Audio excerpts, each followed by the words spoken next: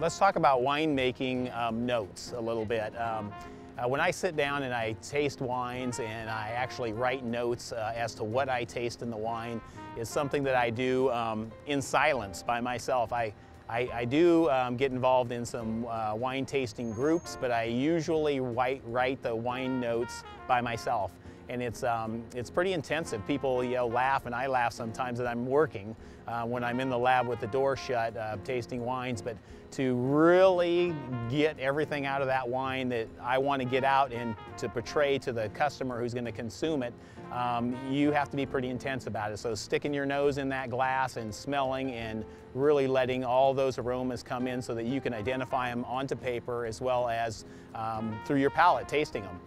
Is something that takes, for me, it took practice, and it took a lot of practice in describing what I smelled. I knew what I was smelling, but taking that and putting it on the paper was tough.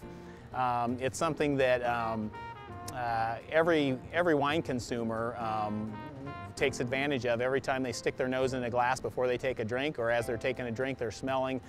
It's what draws you to a wine, that fruitiness, that oakiness, that complexity of the earth that you get out of a wine that is terroir, if you want to call it that, from the French side of things. That you can actually smell and taste the earth in some of these wines, and to me, it's every wine's unique. Every wine's different. It's not like going to the store and buying a product that you want to taste the same day in and day out every year, year after year. The wine business is tasting something that tastes different every time you taste it, but in a good way.